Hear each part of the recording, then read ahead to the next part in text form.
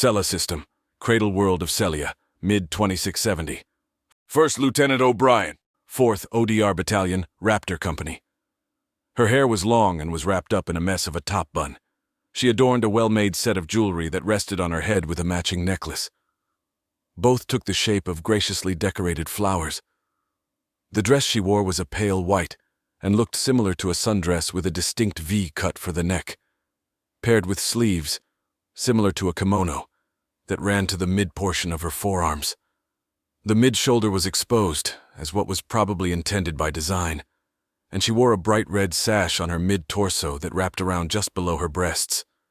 Her skin looked well taken care of, and was the color of pastel violet with amethyst markings, with her eyes mirroring her skin. Instead of rounded ears like his own, Celians had ears that were pointed. There was some fur visible on the back that resembled the color of their hair, with the tips sprouting with fur like the tips of cat ears. They were significantly different from a human's. Instead of a single iris color making the most color aside from the sclera, they had 2 rings of color, a thin bright ring, and a pastel inner iris. Their pupils were also different in that they had the same circular look, but on the top and bottom were 2 barely connected sets of pupils that ended up making their pupils resemble that of a feline from a distance. It wasn't jarring to O'Brien, but he found them to be a strangely beautiful occurrence of nature. "You can relax. I don't intend to hurt you," O'Brien said in a comforting tone, trying not to raise his voice. "Then tell me," fear apparent as she spoke, "what are you doing in my home, and what happened to the guards that were supposed to protect me?" "Dead," he said bluntly, "and you will too if you don't cooperate." She swallowed in response to his words. She mustered what courage she could to maintain conversation. "What of my children?" "They'll be taken care of," he said, her face growing sullen. Knowing what she might be thinking, he added a statement to ease her worry. "We don't intend to separate you 3, as long as you do as I say. Now I almost forgot, what is your name?" She sat quiet for a moment, reluctant to answer, but did so in the end. "Aleska Telesk." O'Brien was confused about the last name. "Telesk? First I'm hearing of a surname." He shot a look to Strega, who only shook her head in denial. "It is my family name, first of my generation." "Oh, how do surnames work for the Celian people?" he inquired. Our people can join names of husband and wife, and that name becomes our family name. Our children inherit it, but their names will too change when they grow and find a partner, should they be wed." It was interesting knowledge for O'Brien, how their last names were chosen. "How about you?" she asked a man in thought, his attention now refocused on her. "We usually end up with the paternal's family name, and as such, usually gets passed down from son to son when they marry. Some have even opted to take their partner's name instead, or occasionally they hyphenate." He could tell by her expression that the concept was foreign, but not inconceivable. "Then before I answer more of your questions, may I request one from you?" she said with pleading eyes. O'Brien nodded, urging her to continue. "What do you intend to do after you've sent me and my children away? What of my people?"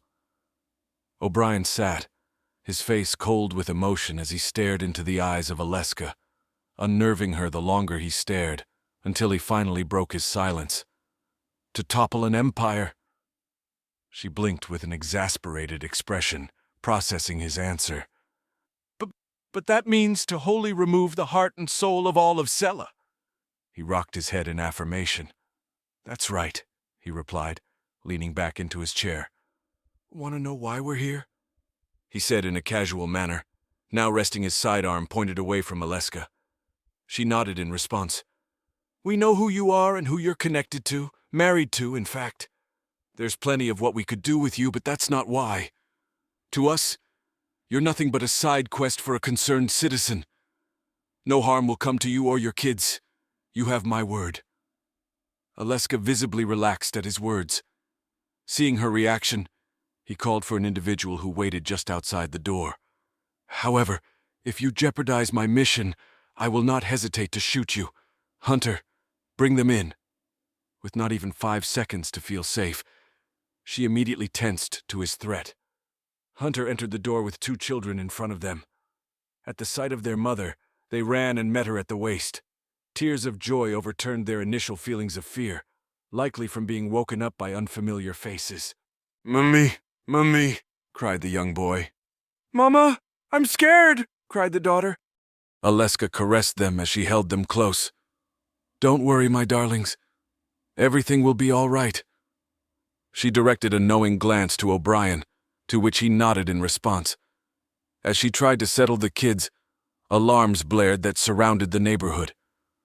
O'Brien put his helmet on, meeting the gaze of the kids. Their faces returned to fear. However, he had already figured why they returned to their previously frightened state. His helmet held the gaze of a demon with a large smile with knives for teeth. Of course, the design wasn't intended to be used with an audience of children. "What's that alarm?" inquired O'Brien to Aleska. "An evacuation notice. There should be shuttles arriving to the nearby landing platforms not far from here." A series of knocks sounded from the entrance, and O'Brien and his team instinctively readied their rifles toward the direction of the noise. Strega positioned herself behind the family, and Badger, Hunter, and his team hid themselves away in the living room behind the furniture and away from the windows, their weapons at the ready. "Miss Aleska!" A call sounded from the entrance as they continued knocking. "Miss Aleska, are you awake? We need to leave." "Gray, status." He called over his squad's voice input communications. "Me and some of the boys had to ditch when the alarms rang. We're back the hill where we came from, but you have an elderly couple at the door." "Damn," O'Brien cursed. He wasn't expecting an alarm to sound, but he was thinking that he could use it to aid them in their mission. He then turned to Aleska amidst the constant calling of the couple outside. "Talk to them." She was surprised at his suggestion and inquired what he wanted her to say. "And what exactly do you want for me to tell them? My guards are dead, and the people who killed them are in my home?"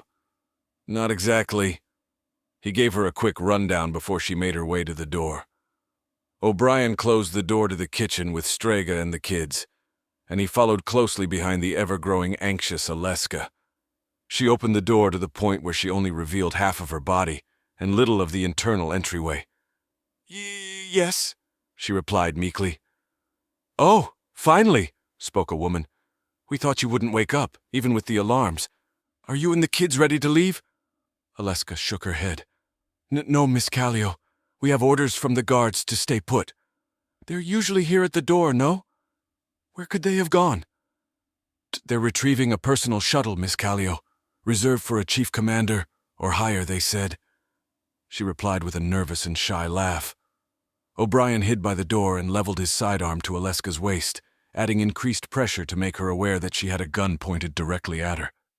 She fidgeted at first when he pressed it against her, but maintained composure in front of the elderly couple. "Don't worry," she reassured. "I have some of the guard here at home. Now go or you'll miss your shuttle." "Are you sure? We can take little Torlin and Elisa for you to the bunkers." "It's fine, Mr. Porlo, really. You should leave now. I don't want the guards to think you're one of those rebels, do you?" They recoiled at the possibility of being called a rebel. "Those freaks! Come with, Kaylee! Let us not waste any more of dear Aleska's time." Porlo grabbed his wife by the wrists and quickly led her away. "Dear, surely you can't be serious. Rebels here." Their conversation trailed off until they disappeared down the main road, and Aleska closed the door, taking in a large breath. "Rebels?" questioned O'Brien. "There have been words of some outer colonies rebelling against the words of the Council," she started. "But it said that they put a stop to it as quickly as it started." "What were they rebelling against?" He leaned against the nearby wall perpendicular to the door that Aleska rested on. "There was apparently footage taken from the front lines of Celian troops taking Terrans as slaves." She said the name with a sympathetic tone, her expression now solemn and joyless. Is that true?" He lowered his sidearm and holstered it on his right thigh and nodded, her expression now reflecting sadness. "I'm sorry for what my people have caused, truly."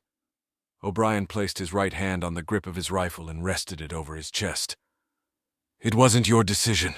Besides, we already know who did." She was taken aback by his response, but she likely knew who he meant. Fearing the worst, she decided to refrain from speaking out. "We'll wait until the town is clear in the meantime."